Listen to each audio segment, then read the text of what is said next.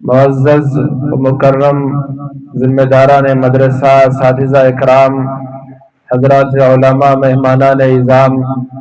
عزیز طلباء اور میرے ساتھیوں، آج کا یہ دن 26 جنوری یوم جمہوریہ کی یہ تقریب اور یہ جشن ہمارے ملک کے سیکولر ہونے پر، جمہوری ہونے پر ہم ہر سال مناتے ہیں۔ جمہوریت یعنی ہر ایک باشندے کو اس کے اپنے حقوق کی آزادی کے ساتھ اس ملک میں جینے کا حق حاصل ہے۔ تو اس طرح سے یہ ملک جمہوری ملک ہے، سیکولر کنٹری ہے۔ یہاں گورے اور کالے میں کوئی فرق نہیں، جنوب اور شمال میں رہنے والے میں کوئی فرق نہیں، مشرق و مغرب میں رہنے والوں میں کوئی فرق نہیں، سب کے لیے یکساں برابر حقوق حاصل ہے۔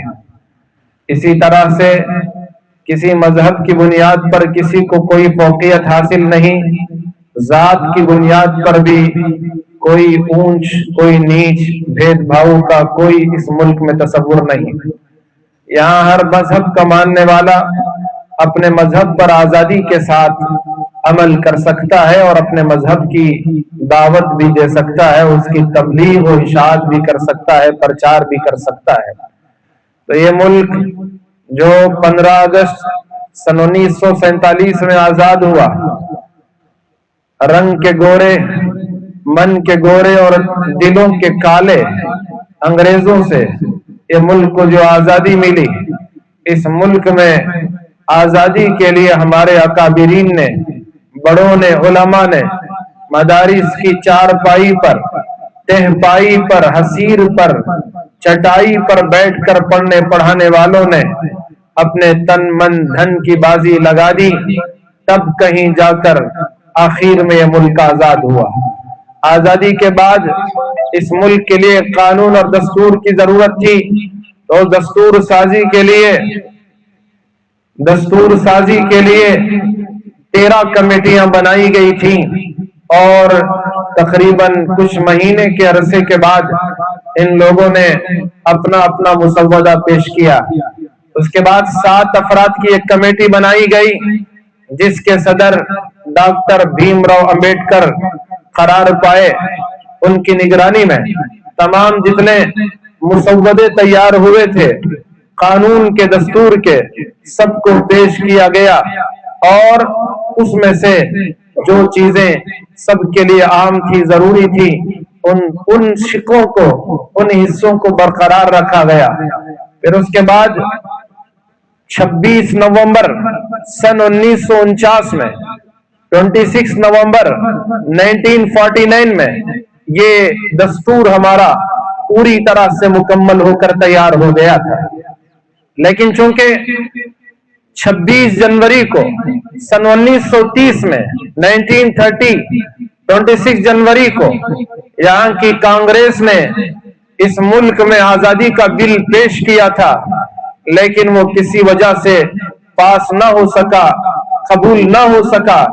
تو اس لیے کانگریس کی چونکہ اکثریت تھی، تو انہوں نے 26 نومبر کو یہ جمہوری ملک قرار دینے اور اس دستور کو پاس کرنے کے بجائے 2 مہینے کا انتظار کرنے کے بعد 26 جنوری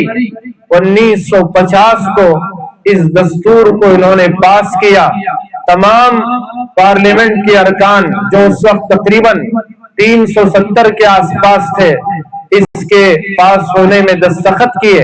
پھر اس طرح سے یہ ملک جمہوری ملک بنا، اور یہاں کا یہ دستور پوری دنیا کے تمام ملکوں کے لیے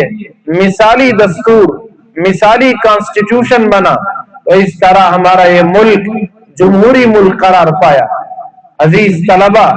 ہمارے اکابر نے، علماء نے اس میں دستور سازی میں بھی حصہ لیا، اور اس ملک میں تمام مذاہب کے لیے یکساں حقوق حاصل ہونے کے لیے انہوں نے اپنی اپنی آرا، گراں قدر قیمتی رائے انہوں نے پیش کی۔ اس طرح آزادی میں بھی مسلمانوں کا کردار رہا، اسی طرح ملک کے دستور بنانے میں بھی ہمارے علماء اور مسلمانوں کا کردار رہا۔ اس لیے آپ سے گزارش ہے، یہ ملک ہمارا ہے، ہمارا اپنا وطن ہے، ہماری جائے پیدائش ہے، ہمارے بزرگوں کے خون سے اس ملک کی مٹی زرخیز ہے۔ تو اس لیے آپ سب سے گزارش ہے کہ اس ملک کی تعمیر میں بڑھ چڑھ کر حصہ لیں، اپنے علم کے ذریعے، اپنے عمل کے ذریعے، اپنی صلاحیتوں کے ذریعے اس ملک کی بھلائی کے لیے محنت کریں، کوشش کریں، جد و جہد کریں۔ انشاءاللہ وہ دن دور نہیں کہ اس ملک میں جو فرقہ پرست طاقتیں وہ دندناتے ہوئے پھر رہے ہیں اور اس ملک کے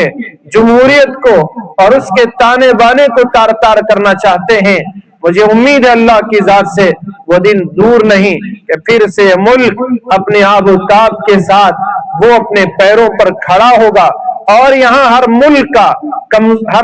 کا ہر باشندہ کمزور ہو کے طاقتور، وہ پچھڑا ہو کے اگلا، سب سر اٹھا کر جینے میں فخر محسوس کریں گے۔ اس لیے ہمیں کوشش کرنے کی ضرورت ہے، محنت کرنے کی ضرورت ہے، دل لگا کر ملک کی ترقی میں حصہ لینے کی ضرورت ہے۔ اللہ کرے کہ یہ باتیں ہماری سمجھ میں آ جائیں اور ملک کے امن و امان، اس کی سلامتی اور شانتی کے برقرار رہنے کی تدبیریں پیدا فرمائے، اور اس ملک کے تمام باشندوں کو سر اٹھا کر سربلندی کے ساتھ، فخر کے ساتھ جینے کا موقع میسر آئے۔ آمین۔ وآخر دعوانا الحمدللہ رب العالمین۔